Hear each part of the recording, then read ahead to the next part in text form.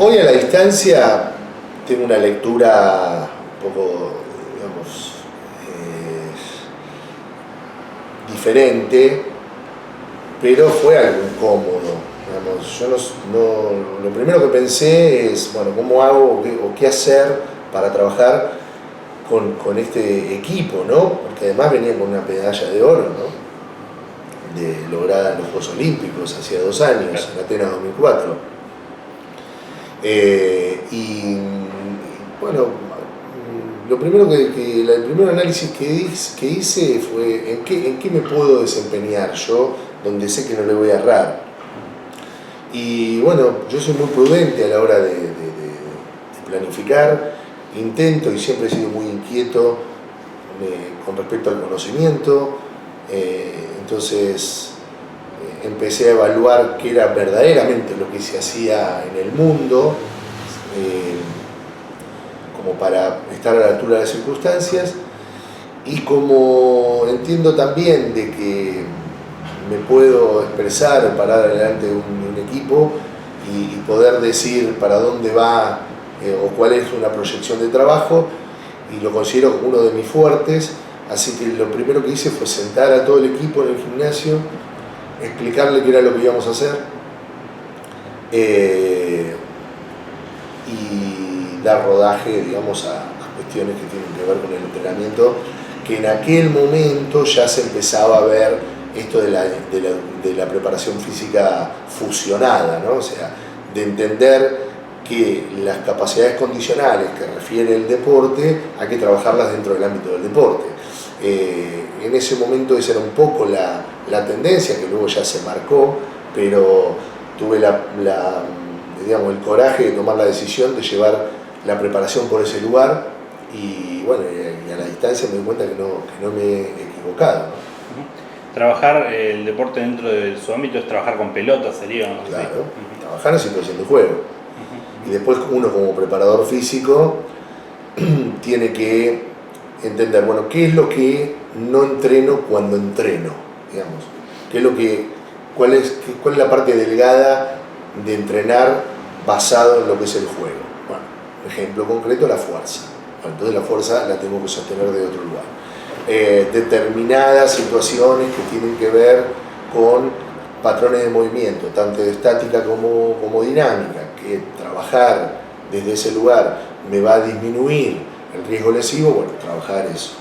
Algunos aspectos que tienen que trabajarse con la velocidad de ejecución, con balón y en situación. Bueno, muchas veces, por la incertidumbre que produce el juego y demás, no se pueden dosificar, bueno, trabajar eso dentro del ámbito de la preparación física. A eso yo lo llamo preparación física de difusión, o sea, trabajar en forma alineada directamente con lo que sucede en cancha. Después tenés otros patrones de entrenamiento en el área de la fuerza, que no hay tanta especificidad o vinculación motora, pero sí lo que se trabaja, si yo hago mucha triple extensión, porque hay mucho salto, mucha búsqueda de rebote, ¿no? Y demás, bueno, cimentar el área de la fuerza respetando estas cadenas de movimiento. Entonces, todo que esté ligado hacia el lugar.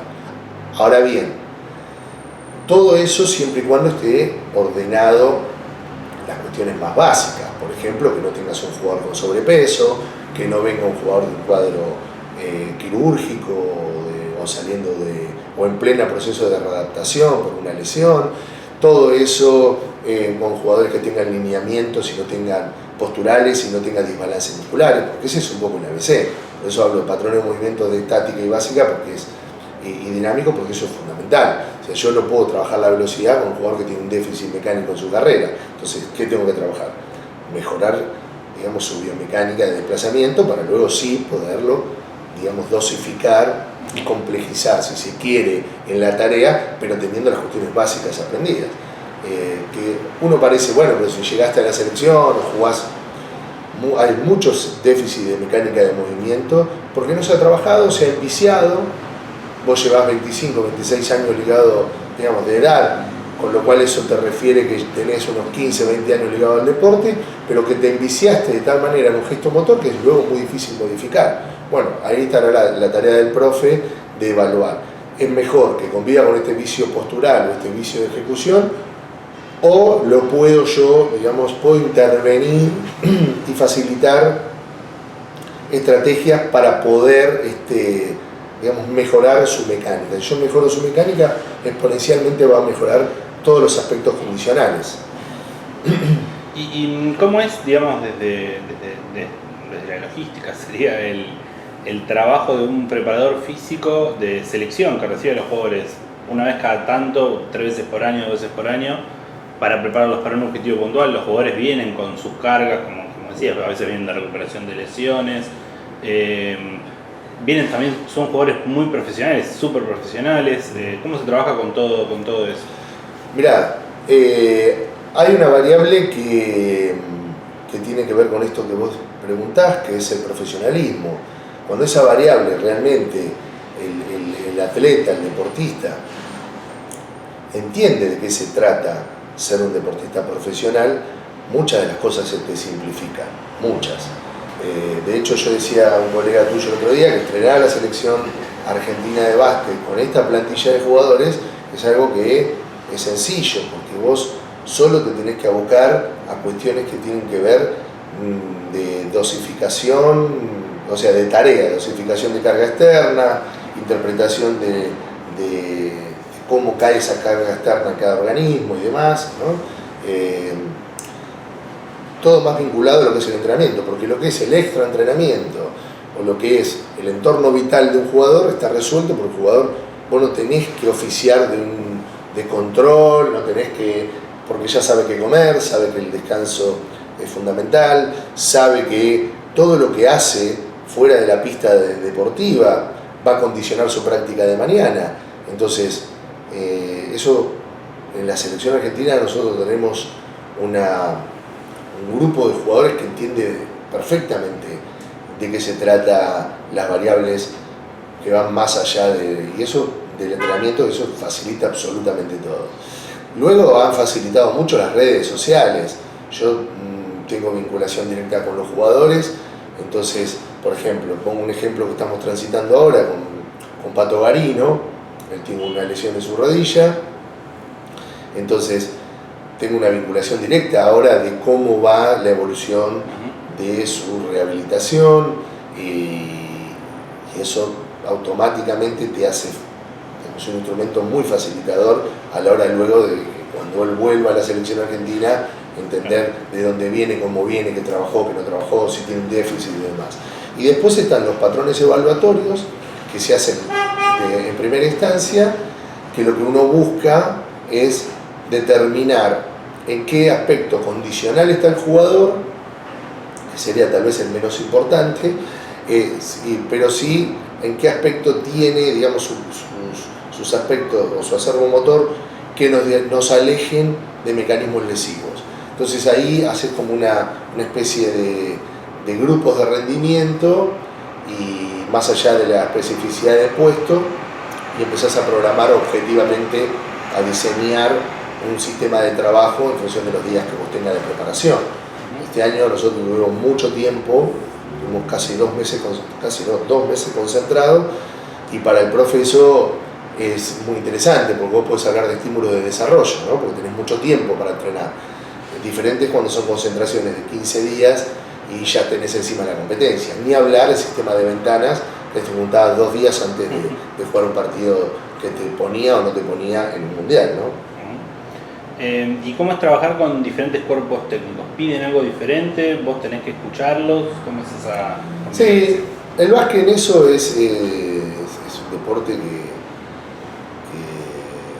muy, a ver cómo decirlo, de criterios muy parecidos, porque el básquet fue un lugar, el básquet como juego, como entidad, fue un lugar medio común, que es un lugar de altísima intensidad y de resolución inmediata.